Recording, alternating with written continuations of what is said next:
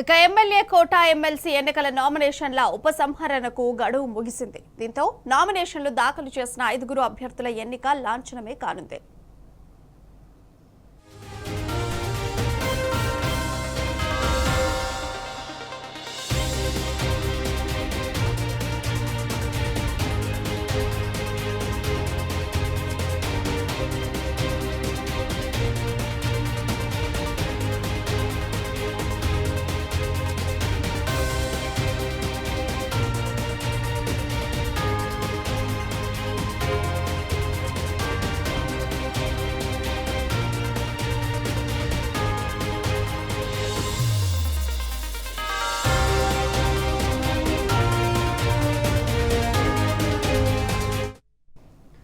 ఇక ఎమ్మెల్యే కోట ఎమ్మెల్సీ ఎన్నికల నామినేషన్ల ఉపసంహరణకు గడువు ముగిసింది. దీంతో నామినేషన్లు దాఖలు చేసిన 5 అభ్యర్థుల ఎన్నిక లాంఛనమే కానుంది.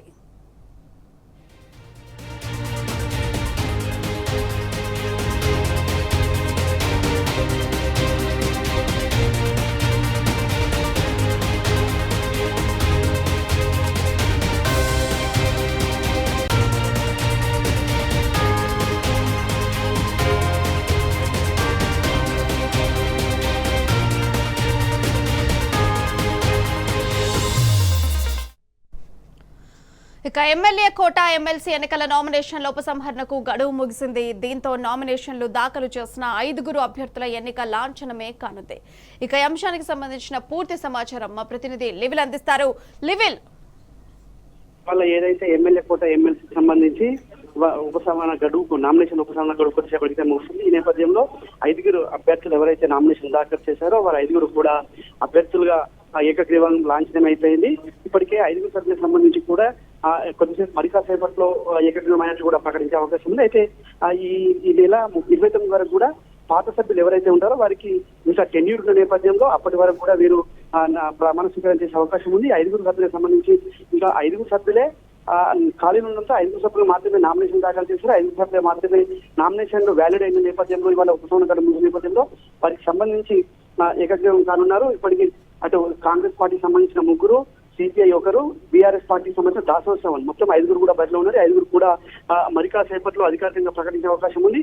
అటు కాంగ్రెస్ నుంచి విజయశాంతి, అద్దంకి దయాకర్తో పాటు ఏదైతే శంకర్ నాయక్ 3 ఉన్నారో, ఇటు సిపిఐ నుంచి సత్యం, ఇటు బీఆర్ఎస్ నుంచి దాసోత్సవం పోటీలో ఉన్నారు. ఈ 5 సంబంధించిన ఖాళీలు మాత్రమే ఉన్నప్పుడు 5 మాత్రమే నామినేషన్ దాఖలు చేశారు.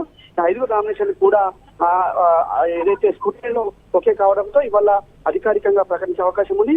29 వరకు, 29 వరకు కూడా పాత సభ్యులు ఎవరైతే 5 ఉన్నారో వారికి సంబంధించిన గడువు ఉన్న నేపథ్యంలో వారికి సభ్యులుగా కొనసాగుతారు. బడ్జెట్ మొత్తం కూడా వారి సభ్యులు కొనసాగుతారు. కానీ ఆ లోపే వీరితో ప్రమాణ స్వీకారం అసెంబ్లీలో చేపించే అవకాశం ఉంది. ఇప్పటికే అసెంబ్లీ ఎన్నికల అధికారి ఎవరైతే ఎన్నికల అధికారులు వారు మరికాసేపట్లో 5 సంబంధించిన ఏకగ్రీవాన్ని కూడా ప్రకటించే అవకాశం ఉంది. రైట్ లివిల్ రెడ్డి, థ్యాంక్ యూ.